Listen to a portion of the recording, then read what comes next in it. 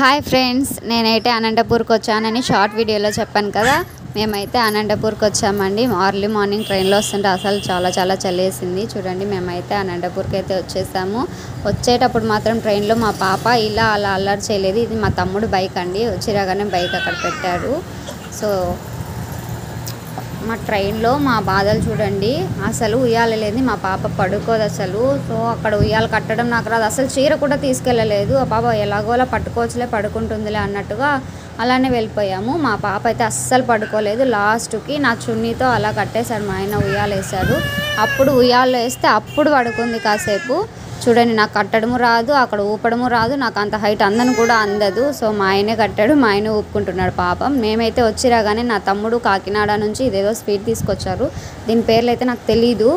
చూడండి, తినడానికి మాత్రం చాలా స్వీట్గా బాగున్నాయి. తర్వాత పూతరేకలు కూడా తెప్పించారు కాకినాడ నుంచి. పూతరేకలు అయితే తినడానికి చాలా బాగున్నాయి. చూడండి, నాకైతే బాగా నచ్చింది ఇది. ఇక్కడైతే మా నాన్న ఆడుకుంటున్నాడు చిన్న పాపతో వచ్చిరాగానే.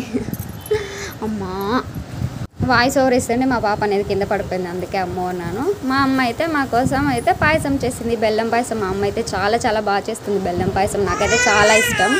అందుకనే మా అమ్మ వచ్చిరాగానే బెల్లం పాయసం చేసి పెట్టింది. చూడండి, నాకైతే చాలా ఇష్టం. అమ్మ చాలా బాగా చేస్తుంది.